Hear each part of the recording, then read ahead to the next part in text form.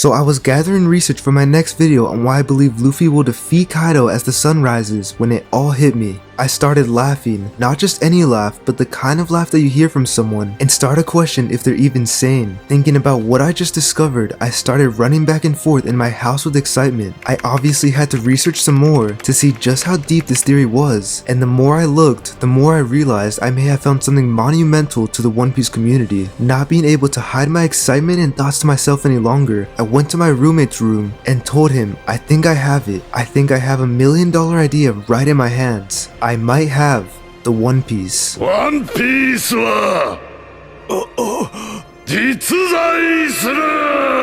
As I told him all the details and as he realized what I was telling him and started to process what I just discovered, he started laughing so hard, and in fact I've never seen a bigger or crazier smile on his face. You see, the One Piece and Laugh Tale itself is something so funny yet so insane that it gives you a bone-chilling yet satisfying experience. It is both a legendary tale and a physical pirate treasure itself. I believe I figured out what they both are, and it's been foreshadowed so many times. In fact, I even realized that every single arc gives us a clue to what the treasure really is. Not only every arc, but even the logo of One Piece and even the Straw Hat itself basically tells us what it is. Just thinking about how much in our face it's been all along gives me chills. Wizard of Oz here, and today I'll tell you what the One Piece actually is. Please try to stay with me because I'm going to be going over so many things at a pretty fast speed. So seriously try to pay attention because there are just too many facts that all point to one single piece of information. To start off, I just want to quickly go over what we already know about the One Piece itself. I'll be referencing all these lines or facts later on, so let me briefly tell you all the canon facts on it thus far. First of all, One Piece is the name that the world called the treasure, and wasn't named that by Roger himself. Roger says, and they have no idea when hearing the name of the treasure, hinting that the words One Piece is ironic to what he found. The next most important thing about the One Piece is that when you find it, you not only learn the history, but also the future timeline. You see, Roger, Whitebeard, and Ray Lee already know what will take place in the future. Whitebeard tells Sengoku in his last words that whenever someone finally finds that treasure, the world will be turned upside down. He also says that the world government fears the great war that is coming to the world one day, hinting that he already knows what the future is because Roger told him. We also see that Oda knows the dawn is coming to Wano, and that Joyboy will be the one to save them. You see, this whole time we thought that the One Piece would tell us information that happened in the Void Century until we reached Wano. Once we reach Wano, we see the One Piece reveals what happens in the future as well as the past history that already happened. What is happening right now in Wano is part of a prophecy made by Odin, which he seems to have learned from Joyboy. Another thing we know about the One Piece is that you learn what the will of D is, you learn what the ancient weapons are, that in the past Wano was open to the world, and overall the entire truth of the world. When we see Roger and his crew find the One Piece, they laugh. Not only laugh, but laugh so hard that tears come out of their eyes. Roger laughs as he says this is quite a treasure you've left behind, a tale full of laughs. So apparently the One Piece was funny enough to make Roger want to call the final island Laugh Tale. Now what could be so funny about this tale? What's so funny about celestial dragons enslaving people? What could be so funny about the ancient kingdom losing a war to a bunch of egotistical narcissists that think they're gods? Well, boy is it a funny tale alright, and you'll probably laugh just at the thought of it. You see, Oda has been showing us hints and clues to what the Laugh Tale is, and it's kind of been right in our faces. Something else that Roger says about the One Piece is that he and his crew were too early. Too early for what? Does this mean that the treasure can only be accessed at a certain time or by a certain man? If Roger and his crew found the One Piece, why didn't they tell anyone what it is or try to start a world revolution themselves? Well, there is a reason for all this, and let me just tell you, it is not what you think. There is in fact a reason for only a certain timeline being able to find the One Piece, and it's a crazy one. Another thing that I need to bring up about the One Piece is its Japanese kanji. One Piece in Japanese reads as Hito Tsunagi. This has 3 different meanings, but they all relate to what the One Piece treasure actually is. The first meaning is in One Piece. The second is a rope linking all men, and the third would be one sea at peace. These 3 meanings are important because they all relate to one and one thing only. I'll remind you about this once I reveal what the One Piece is, but still just try to keep these phrases in mind. The last key point that I need to bring up about the One Piece is that it's not just a tale or only knowledge, but also in fact a real treasure. You see, just like everything else in one of these mysteries, the actual physical treasure that Luffy and the Straw Hats will claim has also been foreshadowed through the whole story. When I reveal to you what it is, you're gonna lose your mind, so just please be prepared to get chills and to possibly even scream out of pure hype. This wraps up what we already know about the One Piece, and now let's get into the actual theory itself.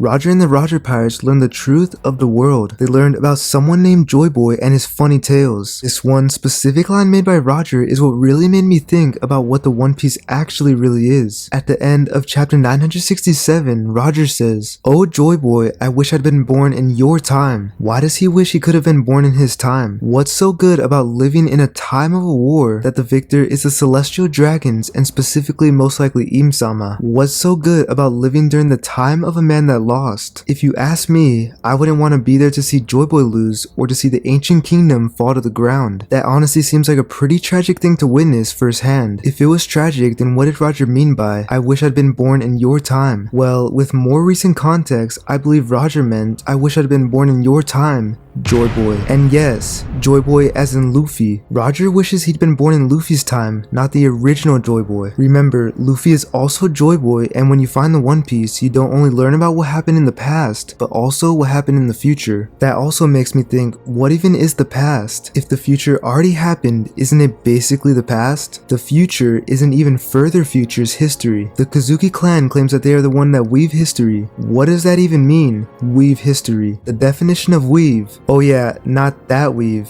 is to make a complex story from a number of interconnected elements. Each poneglyph weaves pieces of history together with other elements tied into it as well to create the whole history or the one history. The whole history isn't only what happened in the Void Century, but also what will be weaved with the future. One day, the future will be history, and what was the future to them and Roger is actually happening right now. Please try to remember the word weave and that the Kozuki clan weave history, because there's another huge point coming later on with it that is mind-blowing. In this line, he also says how Joyboy left an unbelievable treasure though, so it seems like he is talking to the Joyboy from the past. Now, just hear me out because this will be explained more deeply later, but what if in Laugh Tale, when Joyboy returns, it's not clear that it's a different Joyboy from the past? What if the name of the character in this Laugh Tale is Joyboy, he loses the ancient war, then comes back 800 years later to defeat the same people that beat him the previous time? It may be that the only name this individual goes by is Joyboy, so Roger may think that Joyboy actually won the war in the long run. So maybe he wishes he could have been in the same era as the return of Joyboy. In his eyes, maybe Joyboy left the great treasure, but will also come back to claim what is his and take his treasure back. Some evidence that the people of back then view both the past and present Joyboy as the same thing is when Zunisha straight up just says that Joyboy has returned. He doesn't say someone else reminds him of Joyboy. No, he quote unquote says that the Joyboy from 800 years ago has finally returned. He claims that this is his first time he's heard the drums of liberation in 800 years. Zunisha was also even on Joyboy's crew, and he doesn't acknowledge that it's someone else with the model Nika fruit. He says that Joyboy himself, the one that was his crewmate, has returned. If this doesn't make you question the story of One Piece, then I don't know what will. To expand on this tale of Joyboy and how I believe Roger wanted to be born in the era of the Joyboy that wins, is when Roger realizes what the Sea Kings were saying. The Sea Kings say that the two sovereigns should meet again. Roger realizes that what they are saying was apparently what he calls the truth.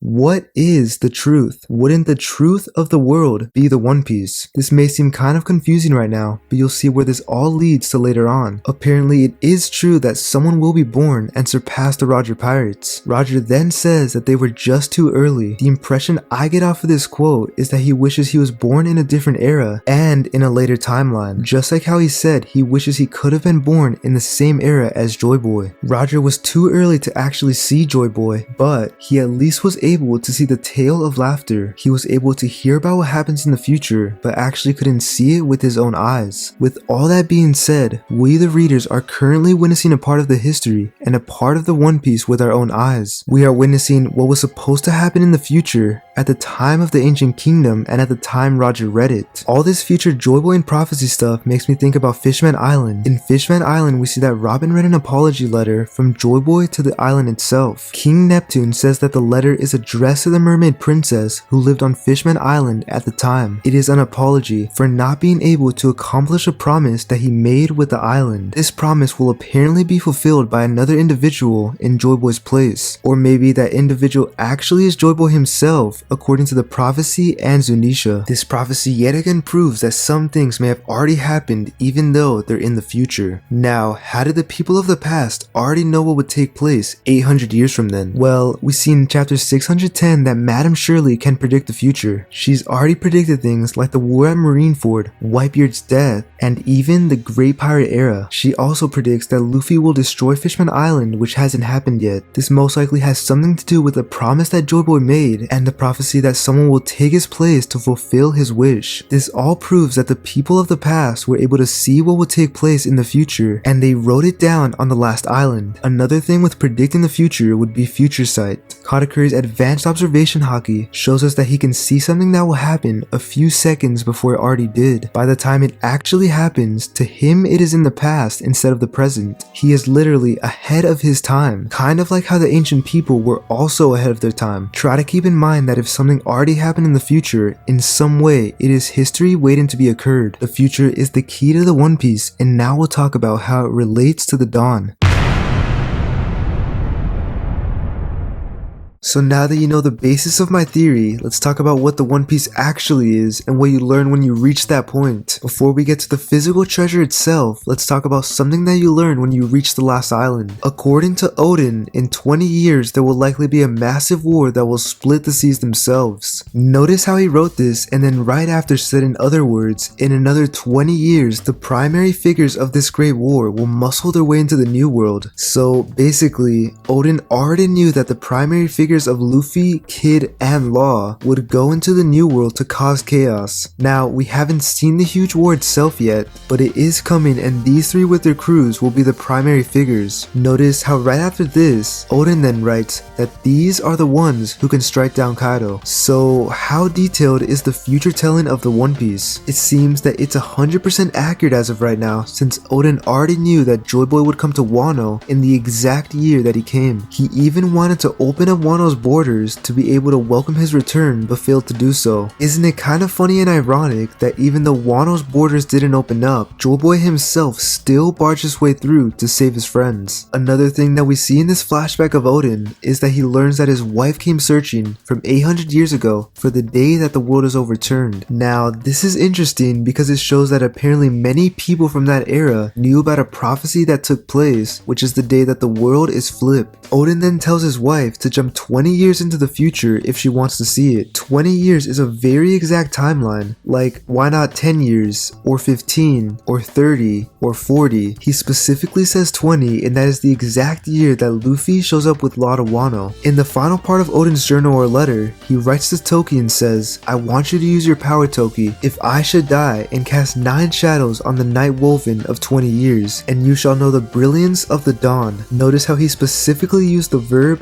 woven, the night woven of 20 years. Is he hinting that the men who weave history wove the prophecy of the night that should take place in 20 years, which is the night that we are currently witnessing for ourselves? Remember before how I said that the Kozuki clan not only weaves the past history, but the whole history. If the future already happened, then it's an even further future's history. They weave all history, not just what they lived through, and this Oden quote is direct evidence of this. The other important part to dissect from this quote is you shall know the brilliance of the dawn. The dawn isn't only the key to everything, but it is everything. Just wait a bit to see what I mean. We also see Toki saying out loud, you are the moon unaware of the dawn. What is the dawn? I mean, it seems to be significant enough for Toki to say on her alleged final words, and for Oden to write to his wife on his final days. Also, what I'm about to tell you, I was gonna put in my video of how I believe Luffy will win when the sun rises. I was originally gonna make a theory on that, and this section of the dawn was gonna be included in it, but I completely went down a giant rabbit hole of possibly figuring out the One Piece. Let me know if you want that theory next, and remember to like and subscribe with notifications on if you want future videos like this one. So going back to Toki and her quote, what could the dawn possibly be? Before we get to what the dawn is, I think it's better to explain what the moon is. More specifically, the moon that is unaware of the dawn itself. I believe the moon is supposed to be interpreted as Wano. She is talking to the whole land of Wano and its people people. Altogether, both land and people, they are the moon. Now you may ask, how can this be? Well, think about it. The whole land of Wano and its people use the main symbol of a crescent moon. We see the people of the rebellion have a crescent moon tattoo on their ankles. The symbol for Wano and its rebellion is the crescent moon in between what looks like swans and a snake. Not only this, but another big hint would be that Wano's theme is called Moon Princess. We see Hiyori play this throughout all of Wano, and that name makes me think that she is in fact the Moon Princess. Either that or she will one day be the Moon Princess after they defeat Kaido. The moon is Wano and the princess is Hiyori, therefore Oda is trying to say that she is the princess of Wano. Another big hint with Wano being the moon is that it's called Wano. Wano sounds a lot like wane or waning, which is a term used to describe the moon becoming smaller in size, or to simply put it, when it goes from being a full moon to a crescent moon. All these things are really good hints, so I truly think Oda meant to put all these details on purpose. Now that you understand why I believe Wano is the moon, take another look at the line, "You are the moon, unaware of the dawn. May your purpose be fulfilled." Wano and its people are unaware of the dawn which Joyboy brings, and their purposes may be fulfilled. Wano's purpose could be the opening of their borders after having them closed for such a long time. Oden even says that up until him seeing the One Piece, there was no purpose for Wano's borders to be closed.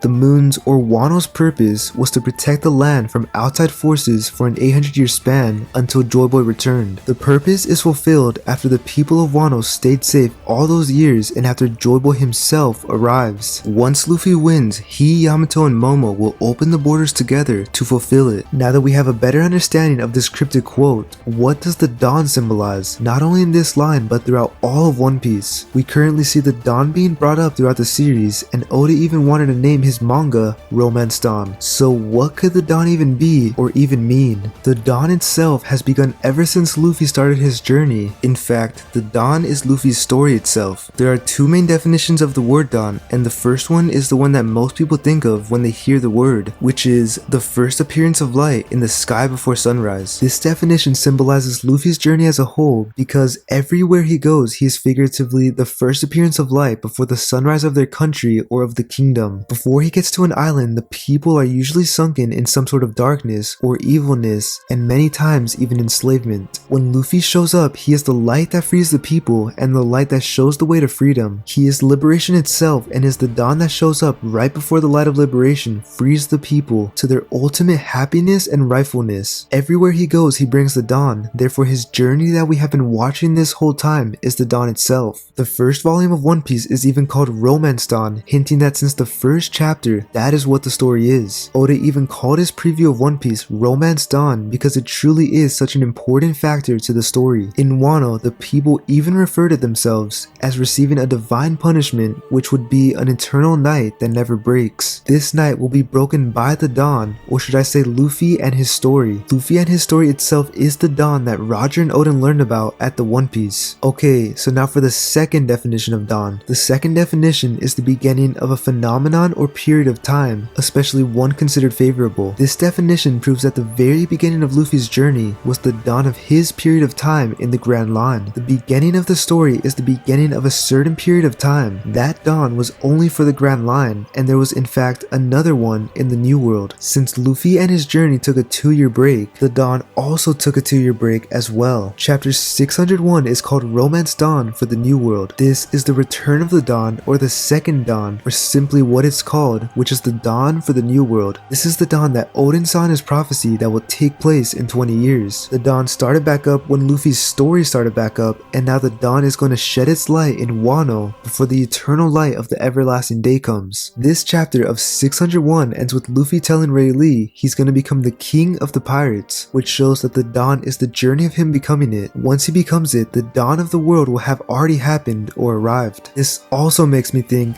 if Oden, Roger, and the Straw Hats learn about this dawn or this tale of Luffy, maybe that's why Luffy wants to be free. Now, you may say, what does this have to do with anything? Well, think about it. Why would Luffy want to be the most free? What does that even mean, honestly? I mean, we don't see anyone else throughout the whole story with a dream to be the most free man. Even if they want to become the Pirate King just like Luffy, they don't want to do it for that reason. You see, Luffy might want to be the most free man because of one simple thing. That simple reason for Luffy wanted to be the freest man would be because he isn't.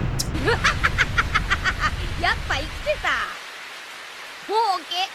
That's right, what if Monkey D. Luffy isn't free? At least, not yet. Could he be directly tied to a story of fate, and deep down he knows that luck favors his side for a certain reason? Deep down, maybe it's something within his devil fruit or within his soul, but could he somehow know and feel that he isn't a free man? Although he is known to be a liberator and have the drums of liberation, he himself could be a slave to his own destiny, which already happened in a history that hasn't been told yet. Maybe he needs to find the One Piece, liberate the world, and spread the dawn to finally be released from his spell and truly be free. なあ、コラさん。俺はやっぱりこの数奇な運命の意味を知りてえ。 Going back to the dawn and how it's the term used for Luffy's story, let's take a quick look at a couple of lines from Bing Sake. In this sea shanty, there are the lyrics "Stormy winds are blowing wide, waves are dancing, evening comes, it's time to sound the drums." I believe this represents the end of the original Joyboy's era. As the evening comes, it's time to sound the drums. The evening represents the sunset, which is the end of the original Joyboy's story or era. As the sun starts to set, it's time to sound the drums. It's time to become Joyboy or his awakening and fight the celestial dragons. After these lyrics, the next one seems to be about Luffy and the dawn. But steady men and never fear. Tomorrow's skies are always clear. So pound your feet and clap your hands till sunny days return. These lines are directed to all the people of the ancient kingdom and the people that carry their wills 800 years later. Steady men never fear. Tomorrow's skies are always clear. Whoever wrote the song is telling people to not fear anything because tomorrow the skies are always clear. By tomorrow they mean the next era of Joyboy. Right now the whole world is living under an 800-year night that is slowly coming to an end. The sun god is coming back to bring the day back to the world. The next lines are, so pound your feet and clap your hands till sunny days return. Maybe this means to make the sounds of the drum until the sunny days return. I mean, what else would people in One Piece do by pounding their feet and clapping their hands except sounding the drums of liberation? By now, the whole world has forgotten the beat of liberation since the world government erased it from history, but as Luffy returns to lead the dawn, I bet you will see armies of people stomping and clapping to Luffy's heartbeat in a near future arc. Once Luffy finds the One Piece, it will be the final piece of proof to the world of the whole truth. As Bing Sake said, the sunny days are returning and what has to come before a sunny day does? That's right, the dawn. The dawn is referring to only Luffy's story up until the point he defeats the celestial dragons. After that, the sunny day or sunny noon will last forever. The original Joyboy story is represented by the dusk or by the sunset, since we know that the sun god died, which led to the Night of the World Noble's rulership. With all this being said, don't get confused with the different Joyboy's eras because I believe it's a key that Luffy's era is the only one that's referred to the dawn. If the dawn is Luffy's journey or story itself, then what is the romance dawn? Since we already have an idea as to what the dawn is, what is the romance? Well, what if I told you that Oda already told us exactly what it is in Skypiea? As the Straw Hats are heading out to sea to be shot up by the knockup stream, we see Mont Blanc Cricket say one last thing before heading up to their journey. He says, "No one in history has ever disproved the City of Gold or the Sky Island. People might laugh and call it foolish logic, but it's enough for me. That's what romanticism is all about." So basically to Oda, romanticism is believing in something. Cricket believes that the Sky Island and City of Gold are real, even though he's never seen it with his own eyes. By the way, check out his sun tattoo, you know, Romance Dawn. To prove even more that this has to do with Romance Dawn, let's take a look at the cover page of this chapter that Cricket says this. Notice how the sun is rising. The cover page for the chapter that we learn what romance means shows us the dawn. Another little detail is that we can see two signs of suns on the treehouse. This is Oda telling us symbolically that romanticism is tied to the dawn. This cover page had details hidden in plain sight with Mont Blanc's most important quote. This quote all ties back to Luffy, as we even see him say romanticism as if he likes the term and thought of it. Luffy's dream of finding the One Piece is romantic because he doesn't know if it's real or not, and he doesn't want to know until he finds it. In Sabaody arc, we even see that Luffy yells at Usopp for even asking if the One Piece is real. He doesn't want to know where it is, is, what it is, or if it is, because that would ruin the whole romantic idea of believing in something. At the end of Skypiea, we get a reference that ties back to the beginning of the arc story. The last chapter of Skypiea has a narration that says, "The sky that you see when you look up on a whim, is it a dream? Is it real? The country of the kami above the clouds, 10,000 meters up in the far distant sky. If you listen closely, you can hear the sound of a bell. It's ringing today, it will ring again tomorrow. The sound of the bell echoing through the sky sings the praises of this wandering land." This ties back to the whole idea of romanticism because it's going back to saying how this dreamland is real as long as you believe. It also says how if you listen closely, meaning that if you are intently listening, you can hear the sound of a bell. Only those that believe in the land that exists in the sky can hear it. In the next chapter, we even see Mont Blanc thank his monkey friends for sticking with him and his silly dream. The dream itself is what romanticism represents because it's only a dream and nothing else. He believed the city of gold was real even though he never actually found it, just like how Luffy believes the One Piece is real even though he has never found it thus far. Now, so back to the title of Romance Dawn, I believe it simply means believing in the dawn. For generations and generations, people have believed that the dawn will one day come. The people of the past believed in the dawn, Odin did, and so did Toki. Even though they may not see it firsthand, they still believe that the dawn is real and that it'll come through one day. They believe that Luffy and his story will come one day to be the dawn and lead the dawn. This is why Oda wanted to originally title One Piece Romance Dawn, because the Romance Dawn is a story of believing in Luffy's story. Us the readers believe the dawn will come, ironically, as we read the dawn. Now, I could go deeper into what romanticism is and how it's portrayed throughout One Piece, but this pretty much gives you a clear idea of what the Romance Dawn as a whole means. With all this being said, let's finally discuss what the One Piece actually is. So now, to answer the big questions that you've all been waiting for, what is the One Piece that will bring everyone together? What is the One Piece that will turn the world upside down? What is the One Piece that can only be accessed during a certain timeline? What made Roger and his crew laugh? How is the One Piece hinted at in the very logo of the entire series? Overall, what is the One Piece? Well, you see, the One Piece can be one thing and one thing only. The One Piece is Luffy.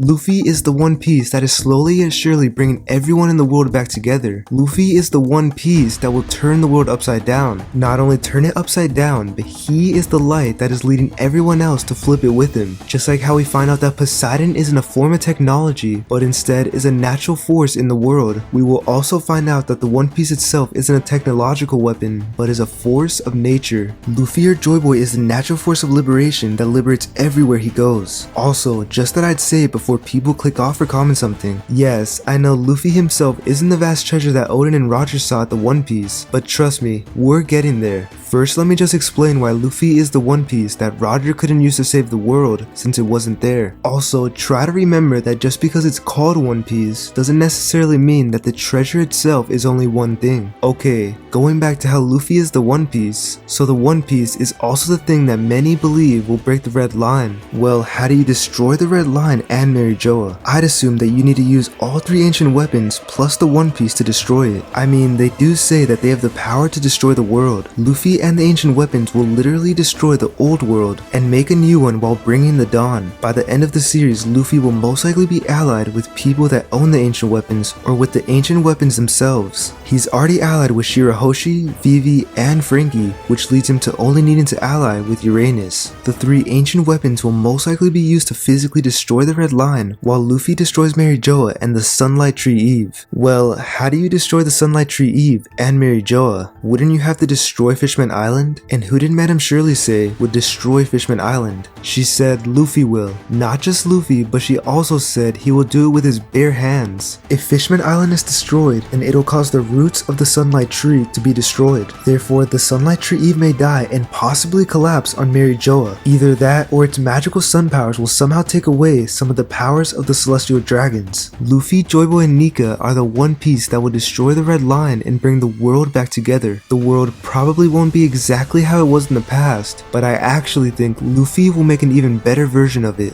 As he breaks Fishman Island by himself, he will also most likely take down the Red Line with it. The Red Line and Pangaea Castle could fall apart as Fishman Island is destroyed. If the Red Line is destroyed, then it'll bring the whole world back together. It will create the All Blue, and it will destroy the Celestial Dragon's homes. All in all, if Luffy is the One Piece, he'll be the one that gathers up the ancient weapons, which leads to the destruction of the Red Line, which leads to the destruction of the Celestial Dragons, which leads to the All Blue, which leads to the world being brought back to One Piece. I can honestly just imagine the scene of Luffy straight up punching Fishman Island, while simultaneously breaking the Red Line with the ancient weapons, with We Are playing in the background. I also believe that the Noah will be used to put every resident of Fishman or Merman in it, while Luffy breaks their home. They need the Noah to fit every one of them with their main belongings, because when Luffy destroys the island, they won't be safe out in the water. The force of Fishman Island's destruction will probably lead to a massive flood and a water phenomenon that can instantly kill anyone without protection. Maybe Luffy will be saved by the Sea Kings, or maybe he'll hop in the Noah right after he does this. This will redeem the promise of the Joyboy from 800 years ago. Okay, so going back to the 3 meanings of kanji for One Piece, which is Tsunagi. What is the rope linking all men? Who is the one that will create one sea at peace? And what does in One Piece have to do with Luffy? The rope linking all men is Luffy, which makes him the first definition of Tsunagi. Luffy is also the one that'll create one sea or the All Blue and will put it all to peace. Peace as in peaceful, which shows that he is also the second definition of Tsunagi. The third definition is honestly the best one because it's kinda tricky. What does in One Piece even mean?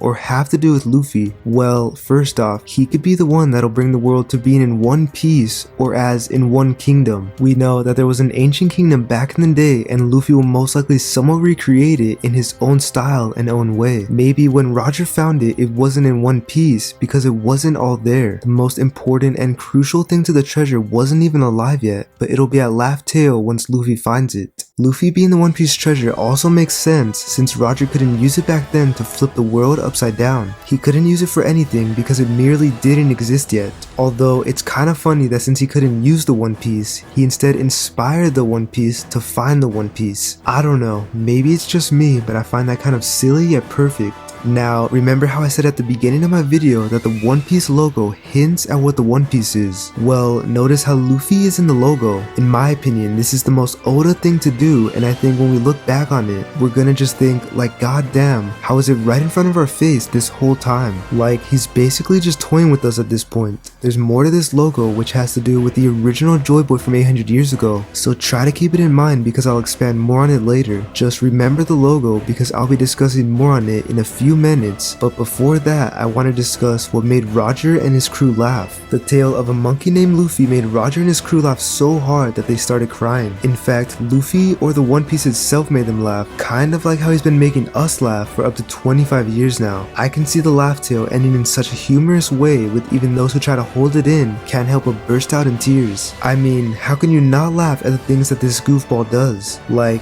Luffy has been making us laugh since day one. I'll never forget the first time I watched One Piece, I started laughing so hard when Luffy called out Alvida. I had almost no impression on what One Piece was. All I knew was that it was a shonen, so I was expecting it to be a little goofy, but man, I didn't expect the humorous vibe to be the driving force of the series. I was instantly hooked by it and never went back from there. So just like Luffy's been making us laugh throughout the entire journey, the whole of the Laff tale is most likely the overall story of Joyboy, both the one from 800 years ago and the one we are witnessing right now. Joyboy must have been a funny fellow himself since he had the Maronika fruit as well, but I believe the main part of the Laff tale that made Roger so full of life was most likely the tale of Luffy, whom I believe may have even been pronounced as Laffy in the Kazuki writings, but I'll get more into the tale itself later. It's kind of a funny story that the man who's been searching for the One Piece had it right in his own hands the whole time. Also, did you know that Oda himself foreshadowed Luffy being the One Piece itself at the very beginning of the series? In Orange Town, we continuously see Luffy bring up how the Straw Hat is his treasure. Now, how does this foreshadow Luffy being the One Piece? Well, think about it. Luffy's nickname is Straw Hat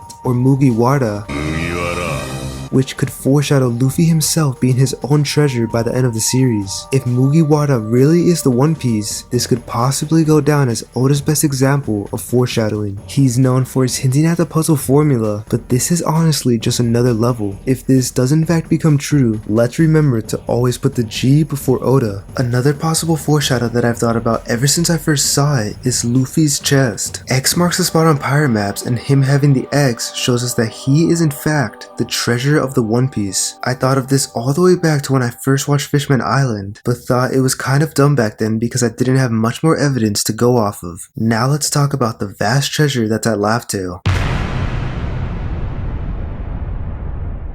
Now that you've heard all that, you may say, well, that isn't a treasure. The One Piece is supposed to be an actual physical pirate treasure that's on the island itself. Oh, trust me, there is a vast treasure just like Odin said there was, and it's been foreshadowed in the single chapter of 302. When you hear what it is, you're gonna realize how perfect this all is. So this chapter is titled Finale. With this title, I believe it's supposed to foreshadow the finale of One Piece. Before I tell you what the treasure is, let me just tell you that this is the chapter where the Skypeans and Shandians finally make peace and both clans go under the name of one ruler, which is the Sky Knight Ganfall. I believe this foreshadows the end of One Piece because everyone will most likely become peaceful with one another and acknowledge one main ruler or liberator. This could be Luffy, I'm not quite sure yet, but maybe there will be no ruler over the world because that doesn't seem to work. The whole world will probably be in one piece with each other. No more wars, no more fighting, just friendliness and peacefulness with one another. Luffy will just be the liberator that kicks anyone's butt if they try to do something dirty or ruin the peace. So now to how this chapter foreshadows what the One Piece treasure actually is. Later on we see the Straw Hats talking about what they want to buy with all the gold they stole. Now remember, if Luffy himself is the One Piece, then how would the treasure symbolize this? What if at Laff Tail there's a giant bronze statue of Luffy? Don't believe me? Well, then how come in this chapter title Finale, Luffy says he wants a gigantic bronze statue? Yes, this gigantic bronze statue might be the One Piece treasure. If Luffy is the One Piece, then the treasure that he'll find is probably a bronze statue replicating him. I believe it'll probably be a funny looking gigantic statue of a monkey with a straw hat, or basically Luffy. I also think it could be a monkey because in Skypiea we see that the golden bell has something that depicts a monkey with a straw hat on it.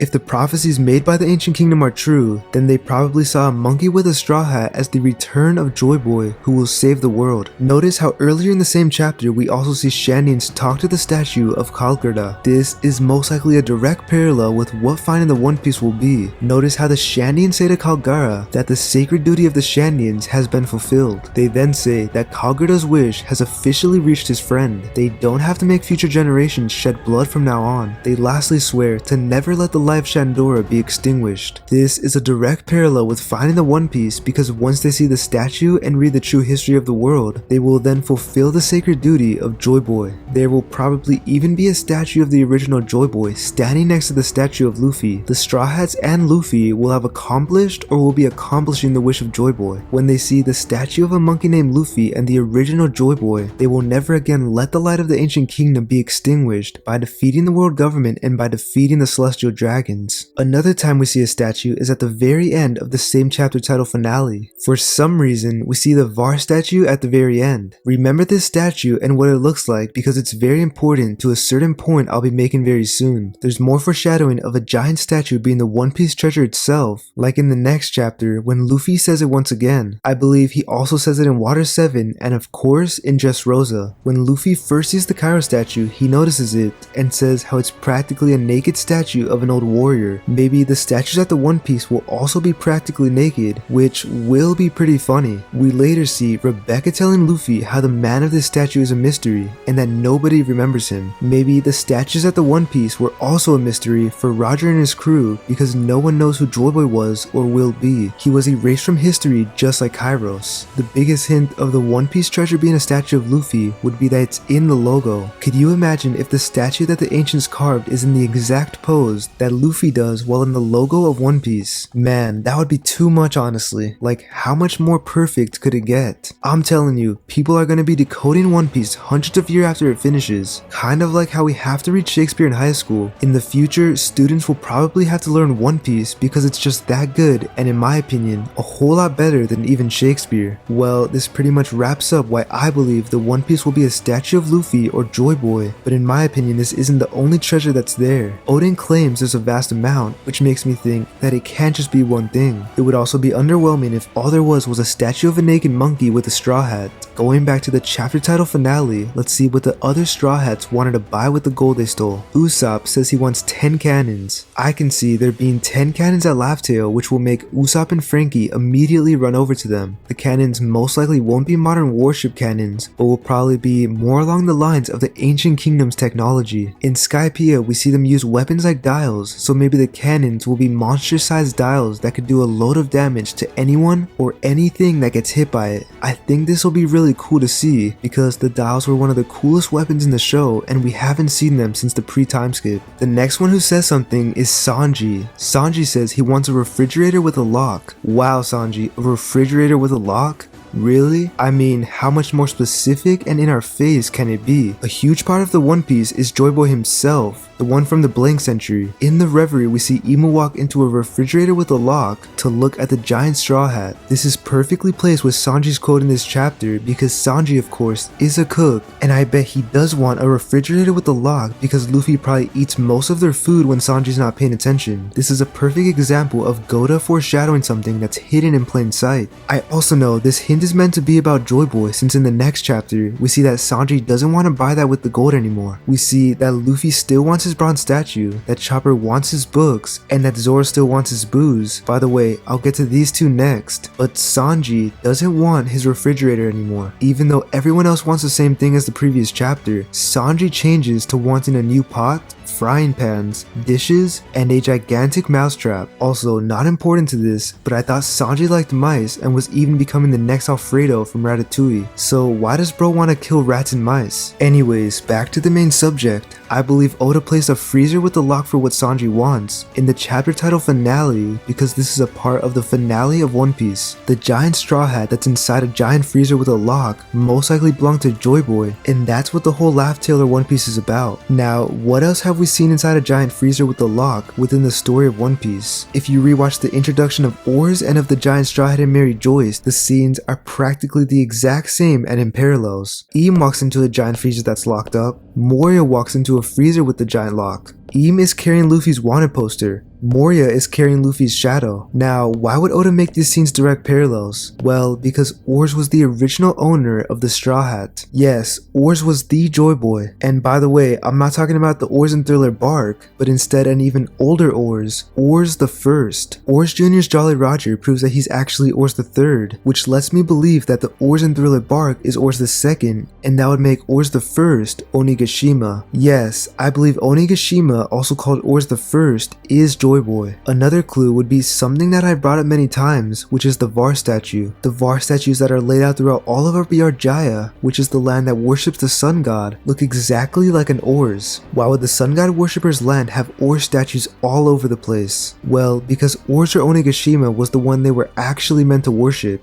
More quick hints of Oars being Joyboy is that the Japanese kanji for Oars translates to odor, which is the sun god in the game Dungeons and Dragons. Another hint of Oars the First being Joyboy would be that Oars Jr.'s sails have two inverted suns on them, showing the exact signs of both who the sun god was and two sides of the same coin reference. Another possible foreshadow would be that Ace gives Oars a giant straw hat because he never has shade since he's the tallest and closest to the light. I believe this could foreshadow how the original Onigashima Oars got his straw hat. They probably even call him the sun god because he is literally the closest to the sun out of anyone in the land. Another foreshadow would be that Moria puts Luffy's shadow in Oars, hinting that the original Oars acted like Luffy and was Joyboy. Now with the reveal of the human fruit, we can finally see that Oars could have been able to shrink in a human form since it's a Zoan fruit and then worn the straw hat. Obviously, I know the head at Onigashima is too big to fit the hat, but with with the reveal of what the Gum Gum fruit actually is, I believe that he could have definitely worn the straw hat shown in Mary Joyce. I mean, just because this hat isn't the size of Onigashima doesn't mean he couldn't have worn it.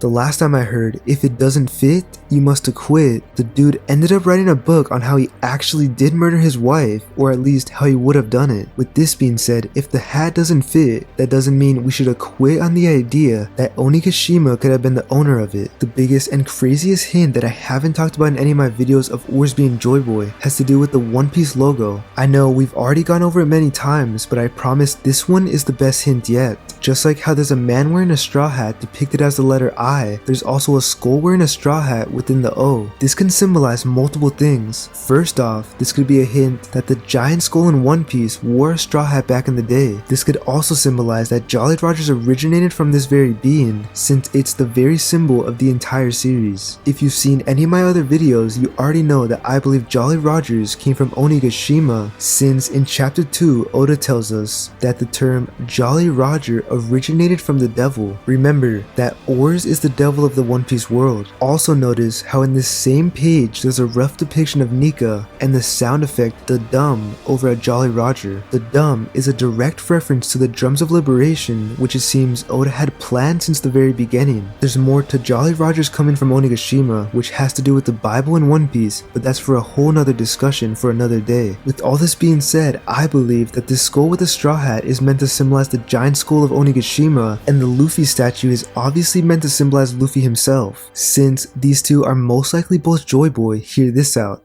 Remember how I said multiple times that the word One Piece in Japanese, which sounds like Hito Tsunagi, has 3 different meanings and one of them is the rope linking all men? Well, aren't both Joyboys the rope that links all men? Once the world finds out of the past history of the Joyboy that lived 800 years ago, they are supposed to come back together, right? And isn't Luffy already single-handedly being the rope that is linking all men? So the both of them should bring all men back together because of the truth and because Luffy is the current liberator. Well, take one more look at the One Piece logo. Notice how there's both Joyboys and then a literal rope that links the whole logo together. Can't believe how much in your face it is, can you? I couldn't believe my eyes when I decoded this, and if this all becomes true, then I think it's fair to say Oda is the best at what he does. Like, I honestly don't know how he does it. Both Joyboys being in the very logo and word One Piece symbolizes that the One Piece treasure is all about them. When you reach Laff Tale, you learn about the old Joyboy's tale or legacy and how Luffy continued it 800 years later. The Laff Tale itself is in fact just a tale of Joyboy, but I'll get more into what else it is very soon. There's still more treasure that I believe was on the last island, so let's finish that discussion before starting another one. Going back to what the One Piece treasure is and what's on the last island. So now if Onigashima was Joyboy, then what if he died on the last island and his body is there? We clearly see that there's a giant skullhead island, but there's only the skull. We don't know where the rest of his body is or where the skull even came from. This is just a thought and a bit of speculation, but you never know in One Piece. Since Sanji does say the refrigerator line, I was also thinking that maybe at Laff Tale the rest of Onigashima's body is frozen in time. It could have been frozen by Aokiji's fruit, and we see many hints at giants dying from the cold weather. For example, both Saul and the Oars and Thriller bark were frozen to death.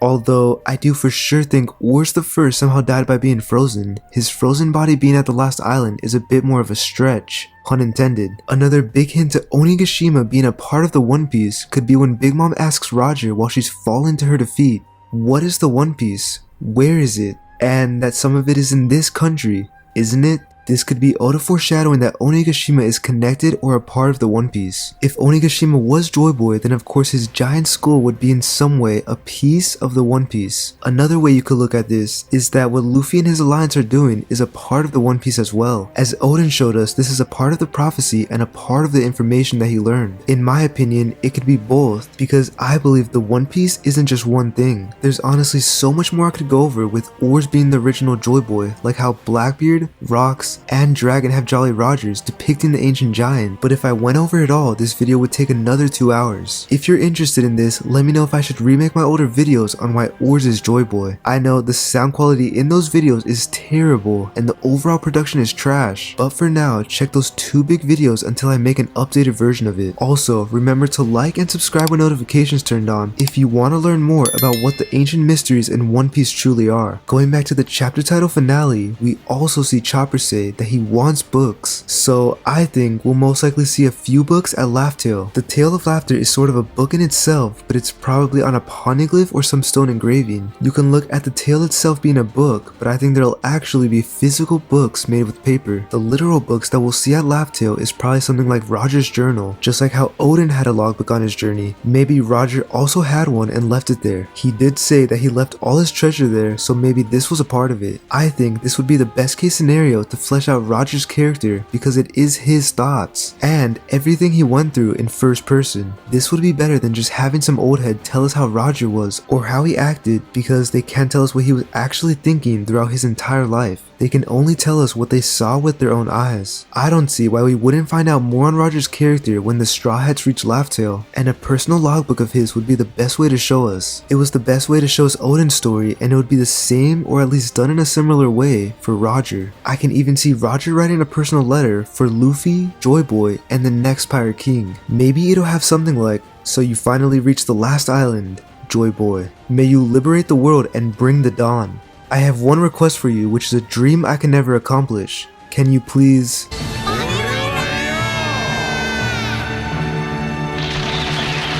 For me. Here, he might ask Luffy to accomplish his own dream for him, which could end up being ironic because Luffy himself also wants to do the same thing. Even if this doesn't happen, whatever Roger writes will be interesting to read for both Luffy and Robin. Obviously, everyone will be interested, but these two will be the most tied to it. Another type of book that could be at Laff Tale is books on medicine. Chopper also says that he wants to read about other countries' medicine in this panel. Maybe at the One Piece there will be medicine to learn about from a specific other country, the Ancient Kingdom. Another idea could be that maybe at the One Piece, there are the cherry blossoms that he's been looking for. Maybe Roger and Crocus didn't realize that these could heal his disease since the cherry blossoms only seem to be a myth. Not many have even heard about their existence except a few in Drum Island. It's gonna be so nice to see Chopper finally achieve his dream after everything he went through. The next thing from this chapter and panel is what Zoro says. Zoro needs to only say one word: booze.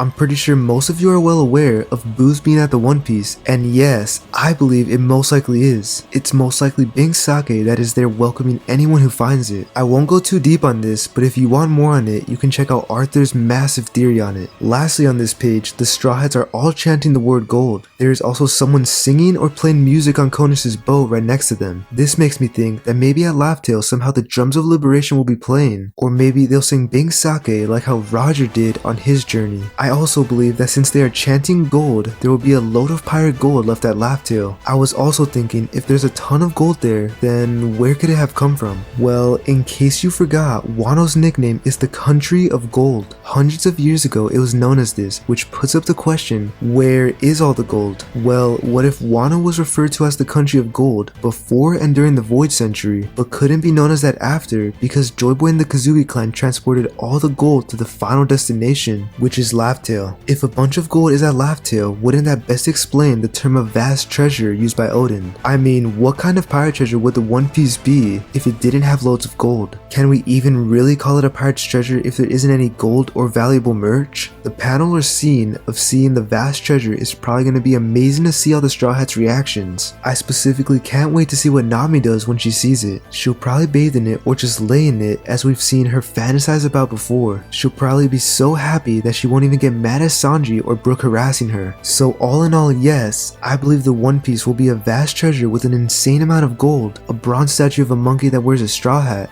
Bing Sake, 10 impact dial cannons, the reveal of Joyboy and the importance of the giant refrigerator, books, possibly Roger's journal, and the cherry blossoms that can cure any disease. This is most likely the treasure aspect of the One Piece. One other quick point to lay out in this chapter is right after all this, the Straw Hats fall back down to the blue sea. Maybe this is foreshadowing that after the Straw Hats find these treasures, they have to fly back up instead of down. Especially if the One Piece is at Enies Lobby, which it possibly could be. I mean, how many times have we seen the Straw Hats go through crazy lanes just to go to the next island or to survive an insane natural disaster? One last time sure wouldn't hurt, especially especially if it's for finding and returning from the very destination that has been focused on since the very beginning of the series. There's still one more thing that I believe could be at Laff Tale, but it isn't in this chapter and it's honestly kind of random. The last possible thing I think could be at Laff Tale is a transponder snail that has a video recording of what the world used to look like or what the celestial dragons did to obtain their power. The reason I believe this is because Whitebeard says that when someone finds it, the whole world will be flipped and shaken to its core. To get the whole world to realize and believe something, you can't just have a story to tell. I mean, who's gonna believe the most wanted criminals like Luffy and Nico Robin? It would make more sense if the world starts to fight back after they see something dirty that the celestial dragons did, or if they see the ancient kingdom itself. Professor Clover also says that if the people of today found out about the mere existence and idea of this kingdom, it would be a major threat to their government. The name alone could expose so much. Since the kingdom's existence could change the world forever, maybe there was a recording of what it was like or how it was lost to history. I think this would be really interesting and just really important to the story as well. Maybe this could lead to the overall flashback of the original Joyboy that we know almost nothing about, even up until chapter 1048. I don't see how else we'd get a flashback unless the Laff tale is very detailed and explains his whole life story. Overall, this is the treasure aspect to what I believe the One Piece is, but there's still a few more things to go over.